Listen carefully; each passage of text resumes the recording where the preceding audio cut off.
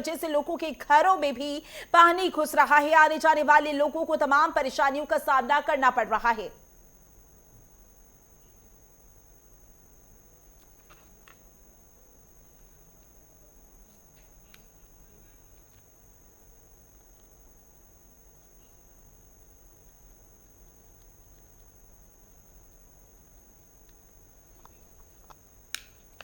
तो ये तस्वीरें आपको लगातार दिखा रही हैं मानसून का किस तरीके से कहर बरप रहा है।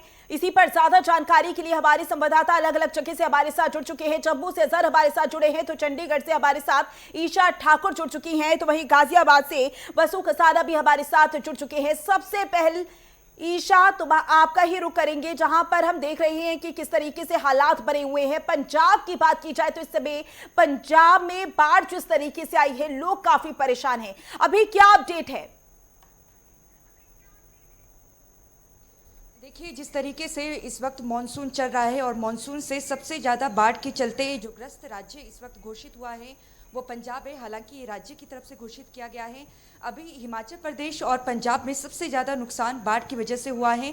पंजाब के 23 जिले इस वक्त बाढ़ की चपेट में हैं और 1,50,000 हेक्टेयर जो फसल है वो पूरी तरीके से बर्बाद हो चुकी है। 3,50,000 के करीब जो लोग हैं प्रभावित हुए हैं और 1400 के करीब जो गांव हैं वो इस वक्त बाढ़ की चपेट में है। केंद्रीय कृषि मंत्री शिवराज सिंह चौहान की अगर बात करें, उन्होंने मुख्यमंत्री भगवंत मान से फ़ोन पर बात की है और राज्यपाल से भी, और कल वो पंजाब का दौरा करेंगे और देखेंगे कि किस तरीके के हालात फिलहाल पंजाब में बने हुए हैं।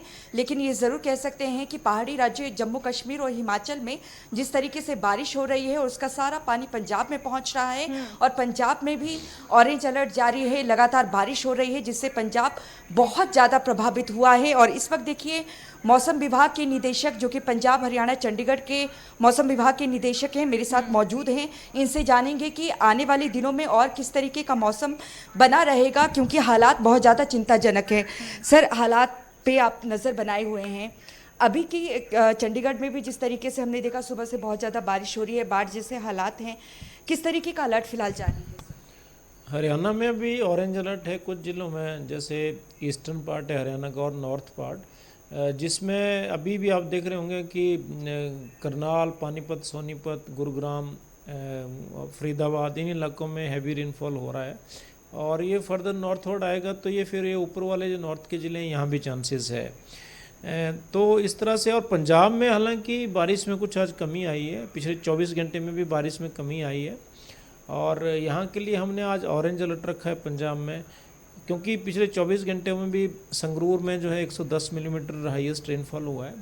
और इसी तरह से हरियाणा के कुरुक्षेत्र में जो है 20 सेंटीमीटर के आसपास हाईएस्ट रेनफॉल रहा है। लेकिन जो कंडीशंस हैं अभी आप देख रहे होंगे, धीरे धीरे पंजाब में तो स्थिति सुधर रही है, बारिश भी कम हो रही है और आज ऑलरेडी कम हो गई है वेस्टर्न पार्ट्स में, फिर धीरे धीरे बाकी स्टेट में कमी आएगी। फिर उसके बाद जो है 3 से 4 दिन जो है ठीक रहेगा, पंजाब में बारिश नहीं रहेगी, कम हो जाएगी। एक तो ये अच्छी खबर है। दूसरा, हरियाणा में जैसे है, हरियाणा में भी जो है अभी जो है मानसून की बारिश कम होगी और कल से वहाँ भी कमी आएगी, फिर उसके बाद और कमी आएगी उसमें। लेकिन जो सदर्न पार्ट्स है हरियाणा का, वहाँ पे कुछ एक्टिविटी रहेगी एनसीआर एरिया और हरियाणा के दक्षिण एरिया में। तो कुल मिला के स्थिति ये है कि अब जो है ओवरऑल मानसून में कुछ कमी आएगी अगले करीब 3 से 4 दिन, न केवल इन एरियाज़ में बल्कि कैचमेंट में भी कुछ कमी आएगी बारिश में। जो मॉनसून ने, बारिश ने जो कहर भर पाया है, क्या इस तरीके का पूर्वानुमान था? पूर्वानुमान तो पहले ये ज़रूर था कि अच्छा रहेगा मॉनसून, लेकिन इस तरीके का था सर कि इस तरीके से तबाही मचाएगा? ये फोरकास्ट तो नॉर्मल से ज़्यादा बारिश का था, पूरे देश का भी और बल्कि नॉर्थ वेस्ट इंडिया का भी। लेकिन ये है कि कुछ एपिसोड काफ़ी इंटेंस हुए इस साल और उसके भी कारण हैं, क्योंकि मानसून अपने बिल्कुल कंटिन्यूस रहा, ब्रेक मानसून जैसा नहीं सिचुएशन मिला बीच में, और जितने भी मानसून के फीचर्स थे वो काफ़ी फेवरेबल रहे। तो उनके चलते रेनफॉल टैली भी अगर आप देखते हैं 1 जून से अब तक का काफ़ी अच्छा है, करीब 36% और 46% हरियाणा और पंजाब और हरियाणा का टोटल रेनफॉल है और रिकॉर्ड ब्रेकिंग बारिशें भी हुई हैं। तो इन चीज़ों से चलते जो है कुछ अभी डिफ़िकल्टीज़ हैं, खासकर पंजाब में पानी खड़ा है और साथ साथ में क्योंकि कैचमेंट एरिया में भी लगातार बारिशें होती रही और बहुत इंटेंस रेनफॉल वहाँ पे हुई, उसका भी कहीं ना कहीं असर जो है यहाँ रहा होगा। तो लेकिन जैसे अभी लेटेस्ट जो सिचुएशंस है वो इंडिकेट कर रही है कि अगले 2 से 3 दिनों में सिचुएशन काफ़ी ठीक हो जाएगी बारिश किसी में। तरीके का अलर्ट है सर, क्योंकि 7 तक स्कूल बंद रखे? नहीं, आज तो देखिए हमने रखा है कि आज हमने अलर्ट रखा है ऑरेंज या रेड अलर्ट हरियाणा के कुछ ज़िलों में और ख़ासकर नॉर्थ ईस्टर्न बेल्ट में, और उसके बाद सदर्न एरिया में भी, और उसके बाद पंजाब में ऑरेंज है आज, और कल से स्लोली हम उसको कम कर देंगे क्योंकि बारिश भी कम होगी। जहाँ तक बाकी चीज़ें हैं, क्योंकि इसका पोस्ट जो है इम्प्लीकेशंस होती हैं, इतनी बारिश होना और उसके बाद पानी खड़ा होना, तो उसके बाद उसके प्रिकॉशन के तौर पर स्कूल जो है शायद बंद होंगे। लेकिन बारिश में मतलब आई मीन प्राइमरली आज से ही कमी होने शुरू हो गई है, कल और कम होगा और फिर 4 से 5 दिनों में काफ़ी कम बारिश हो जाएगी। कितने सालों का रिकॉर्ड टूटा है और कितने सामान्य से अधिक जो बारिश है वो आप लोगों ने आंकलन किया? अगर हम पंजाब की बात करते हैं तो 36% एक्सेस है अभी तक 1 जून से अब तक का। हरियाणा में भी करीब जो है 46 के आसपास आ चुकी है, हरियाणा में कुछ ज़्यादा बारिश हुई है। और ये अगर आप बात करते हैं तो 1998 से के बाद जो है इतनी बारिश अब हुई है साल 2025 में। और जहाँ तक हाईएस्ट रेनफॉल की बात है तो 88 में हुआ है दोनों स्टेट्स में, जब काफ़ी बाढ़ भी आई थी। तो वो फिगर्स कुछ पंजाब में कुछ 110% ज़्यादा थे, हरियाणा में भी करीब 49 के आसपास थे वो फिगर्स। तो डेफिनेटली काफ़ी जो है रिकॉर्ड ब्रेकिंग बारिशें हैं ये। आखिरी सवाल सर, क्या क्योंकि पूर्वानुमान पहले से आप लोगों की तरफ से लगाया गया था कि सामान्य से अधिक बारिश होगी, क्या मान के चले कि सरकारों की तरफ से उस तरीके से पुख्ता इंतजामात नहीं किए गए?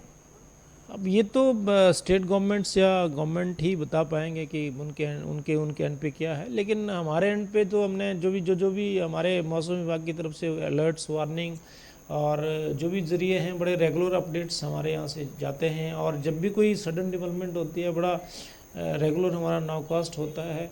और बिगिनिंग में हमने एक इंडिकेट कर दिया था कि ज़्यादा बारिश। बिल्कुल ईशा, जाहिर सी बात है जिस तरीके से सुरक्षा का खासा ख्याल रखा जा रहा है, ऐसे में 2 से 3 दिनों में देखना होगा कि हालात किस तरीके से संभलते हुए नजर आते हैं। और भी जगह से हमारे संवाददाता हमारे साथ लगातार बने हुए हैं, जम्मू से अजहर हमारे साथ लगातार जुड़े हुए हैं। अजहर, इस समय जम्मू में क्या स्थिति बनी हुई है?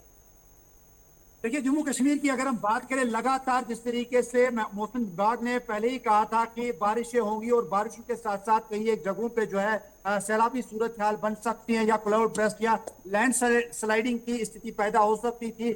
लेकिन इस हवाले से अगर हम देखेंगे, कल शाम से ही जो है लगातार बारिशों का जो सिलसिला है वो लगातार जारी रहा। हालांकि जम्मू को जो है पहली जो है वहां पे सैलाबी सूरत हाल बनी हुई है। तवी नदी जो है, हालांकि वो उसका जो फ्लो है अभी बहुत कम हो गया है। लेकिन इसके बजाय अगर हम घाटी की बात करें, घाटी में लगातार दक्षिणी कश्मीर, कुलगाम, अनंतनाग में जो दरियाई विशो है, इसका फ्लो लगातार बढ़ रहा है, जिसकी वजह से जो इसके निचले वाले इलाके हैं, पर्टिकुलरली जो खड़ुवनी और बाकी सारे इलाकों में जल भराव की स्थिति जो है काफी हद तक बढ़ चुकी है। हालांकि इसके बाद में प्रशासन की ओर से या एडमिनिस्ट्रेशन की ओर से जो हर एक जगहों पे जो है निरीक्षण किया जा रहा है। और पहले ही जो जिस तरीके से मौसम विभाग ने पहले ही एडवाइजरी जारी की हुई थी कि हर एक क्षेत्रों पे जो है वो कंट्रोल रूम तैनात किए जाएंगे और एसडीआरएफ टीम, एनडीआरएफ टीम और इसके साथ साथ क्विक रेस्पॉन्स अलर्ट पे रखी गई थी कि अगर कहीं पे भी आपातकाल की स्थिति पैदा होती है तो उस समय जो है ये रेस्क्यू। बिल्कुल अजहर, जिस तरीके से हालात बने हुए हैं, जाहिर सी बात है लोगों को भी सतर्क रहने की बेहद ज्यादा जरूरत है। हमारे साथ वासु कसाना गाजियाबाद से लगातार बने हुए हैं।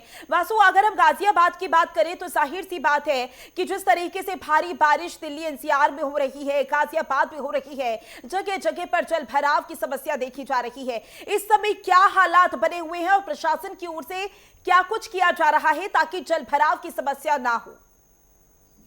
जी देखिए माधुरी, अगर गाजियाबाद की बात करें तो गाजियाबाद की जो यथा स्थिति है वो आप तस्वीर में मेरे पीछे ही देख सकते हैं। करीब दोपहर से लगातार जो बारिश है उसका भयंकर रूप देखने को मिल रहा है। बारिश तो पड़ रही है लेकिन कहीं ना कहीं जो बिजली की गड़गड़ाहट है वो लोगों को ज्यादा परेशान कर रही है। हालांकि कोई जनमान्य जनहानि अभी तक बिजली की वजह से देखने को नहीं मिली, लेकिन लगातार 2 घंटे से बिजली की जो कड़कड़ाहट की आवाज है वो लगातार गाजियाबाद में देखने को मिल रही है। और लगातार एक हफ्ते से जो जल भराव की स्थिति है वो गाजियाबाद की, चाहे शहर की बात करें या देहात की बात करें, बड़ी मात्रा में तो सड़कों पर जल का भराव दिखाई दे रहा है। हालांकि जो नगर पालिका और नगर निगम है वो लगातार जल भराव जो हुआ है बारिश के कारण उसे निकालने की कोशिश की, लेकिन लगातार बारिश का जो प्रकोप है वो स्थिति भयावह बनाए हुए है। अगर बात करें देहात की, तो देहात के जो लौनी है वहां बाढ़ जैसी स्थिति हो गई है, क्योंकि जो हथनी कुंड बैराज से जो 3,80,000 क्यूसेक के करीब जो पानी छोड़ा गया था वो लौनी जो टॉनी का सिटी के जो गांव है कचायरा, मीरपुर, हिंदूपुर, उनके लिए आफत बन गया है। हालांकि जो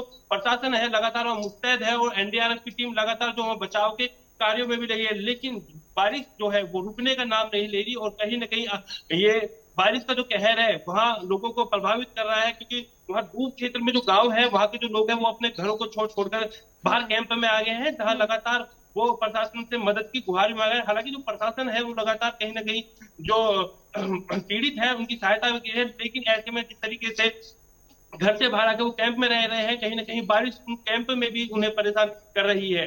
देखिए माधुरी, अगर यातायात की बात करें, यातायात सबसे बड़ा ज्यादा प्रभावित है, क्योंकि दिल्ली एनसीआर है और गाजियाबाद एक हाईटेक सिटी है, यहाँ यातायात बड़ी संख्या में रहता है, लेकिन जिस तरीके से जो सड़कों पर पानी भरा हुआ है, कहीं ना कहीं यातायात प्रभावित हो रहा है। कई घंटों तक का जाम सड़कों पर देखने को मिल रहा है। जिससे जाम की समस्या भी काफी हद तक देखी जा रही है, लोगों को तमाम परेशानियों का सामना करना पड़ रहा है। अमित मथुरा से हमारे साथ जुड़ गए हैं। अमित, मथुरा की बात की जाए तो श्रद्धालु जो हैं उनकी संख्या बहुत ज्यादा मथुरा में बढ़ती हुई नजर आती है। हम रोज की भी बात कर ले तो ऐसे में भारी बारिश हो रही है, तो क्या कुछ गाइडलाइंस प्रशासन की ओर से जारी की गई हैं वहां के लोगों के लिए, श्रद्धालुओं के लिए?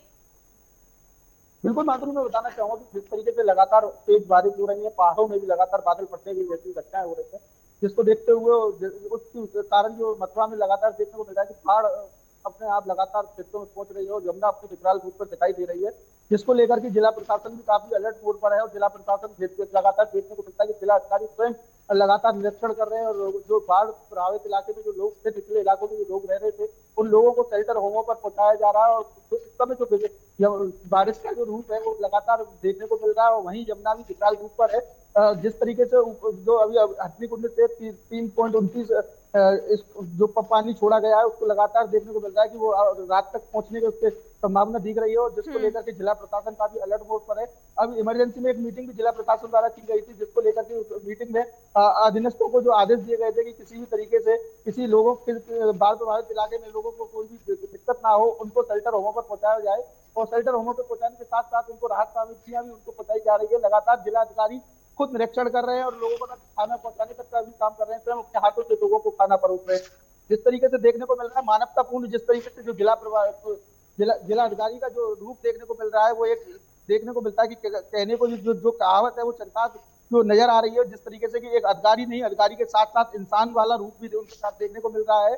और लगातार जिस तरीके से वो खुद निरीक्षण कर रहे हैं, लोगों से निवेदन भी कर रहे हैं कि कोई भी ऐसी जगह ना जाए किसी को कोई परेशानी सामना करना पड़े। और लगातार बाढ़ प्रभावित क्षेत्र में जाकर लोगों से वो अपील भी कर रहे हैं कि जो शेल्टर होम बनाए गए हैं उन शेल्टर होमों पर जाकर अपने आप को सुरक्षित स्थान पर पहुंचाएं, ताकि किसी को कोई तरीके की जनहानि ना हो। मैं अपने पीछे दिखाना चाहूंगा, अपने कैमरामैन से कहूंगा कि जिस तरीके से जिला प्रशासन ने बोर्ड भी लगाए हैं चेतावनी कार्य को लेकर, यमुना नदी का जल स्तर बहुत अधिक है, कृपया पानी में अंदर ना जाए, ये नगर निगम की तरफ से लगाया गया है। और लगातार जो बाढ़ प्रभावित क्षेत्र है बिल्कुल अमित, तस्वीरों में हम साफ देख पा रहे हैं, जाहिर सी बात है बारिश की वजह से परेशानी तो बनी ही हुई है, लेकिन जिस तरीके से यमुना का जल स्तर बढ़ रहा है, ऐसे में वहां पर पहुंच रहे लोगों को भी सतर्क रहने की बेहद ज्यादा जरूरत है। पवनदीप हमारे साथ प्रयागराज से बने हुए हैं। पवनदीप, प्रयागराज में इस समय बारिश को लेकर क्या स्थिति बनी हुई है? ठीक, बिल्कुल। प्रयागराज में इस समय जो बारिश के हालात हैं वो कल से परसों से लगातार जो है यहाँ पे बारिश हो रही है। आज भी बारिश हुई थी और इस समय भी मानसून जो है सही है, लेकिन बारिश जो है हर 1-1.5 घंटे में जो बादल है वो घेर लेते हैं। और अगर बाढ़ की भी बात करें तो जो बाढ़ का जो एरिया है, जो यमुना का जो जलस्तर है और माँ गंगा का जो जलस्तर है, वो यमुना के पानी के बढ़ने से हम इस समय संगम तट पे ही हैं और हमारे ठीक पीछे जो है गंगा जी का पानी है और जहाँ पे हम खड़े हैं यहाँ पर पूरा बाढ़ग्रस्त ये क्षेत्र था और अभी जो है थोड़ा मीटर जो है पानी घटा है, लेकिन जो लेटे हनुमान जी हैं वो चौथी बार स्नान किए, इस बार फिर 5वीं बार उनके स्नान करने की संभावनाएं बन रही हैं। 8 दिनों तक वो शयन कक्ष में थे, कल उनका जो है साफ सफाई करके उनका कपाट धोला गया। जो श्रद्धालु हैं जो संगम में स्नान करने दर्शन करने आते हैं तो दर्शन करने के लिए उनका कपाट खुला है, लेकिन फिर जो जिस तरह से यमुना का जो जलस्तर है वो बढ़ रहा है, ऐसे में 5वीं बार जो है लेटे हनुमान जी जो संगम के हैं उनको मां गंगा फिर से स्नान करवाएंगी।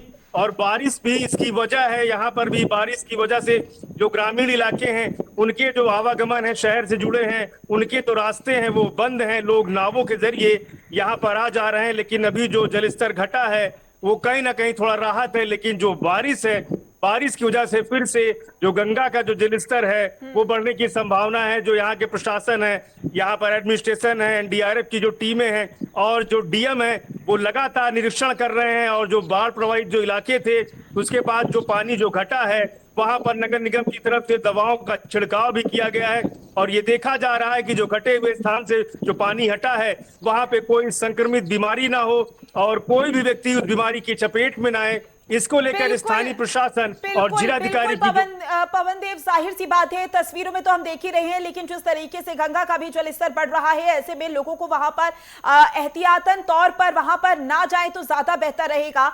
सहारनपुर से संजय हमारे साथ जुड़ चुके हैं। संजय, क्या हालात बने हुए हैं वहां पर? देखिए, सहारनपुर की बात की जाए तो सहारनपुर में 2-3 दिन से लगातार बरसात हो रही थी। इसके बाद परसों हथनीकुंड बैराज से लगभग 3.5 लाख क्यूसेक पानी छोड़ा गया था। जो भी यमुना के तट पर गांव बसे हैं उनमें भारी तबाही मचाते हुए वह दिल्ली की ओर बढ़ रहा है। और सहारनपुर में कल जो भी जैसे कि नकुड़ विधायक थे या फिर गंगो विधायक थे वो अधिकारियों के साथ मौके पर पहुंचे थे और जो वहां पर नुकसान हुआ है किसानों का उनका जायजा लिया है और उनको दिशा निर्देश दिए गए हैं कि जो भी इनके नुकसान है इनकी भरपाई की जाएगी और सरकार को इसका उचित जो भी कार्रवाई है वह की जाएगी और उचित इनको जो भी नुकसान है उसकी भरपाई की जाएगी। तो बात की जाए तो अभी भी भारी बरसात हो रही है और लेकिन आज दिन में सुबह कम बरसात थी। बात हथनीकुंड बैराज की जाए तो वहां से आज पानी थोड़ा बिल्कुल कम छोड़ा संजय, गया है। तस्वीरों में तो हम देख ही रहे हैं और अगर हम बात करें मैदानी राज्यों की या फिर पहाड़ी राज्यों की, हर जगह पर मानसून का कहर देखने को मिल रहा है। ऐसे में जाहिर सी बात है प्रशासन की ओर से, सरकार की ओर से तो तैयारियां की ही जा रही हैं, लोगों को भी उतनी ही एहतियात बरतने की जरूरत है। आप सभी का बहुत बहुत शुक्रिया ज्यादा जानकारी के लिए।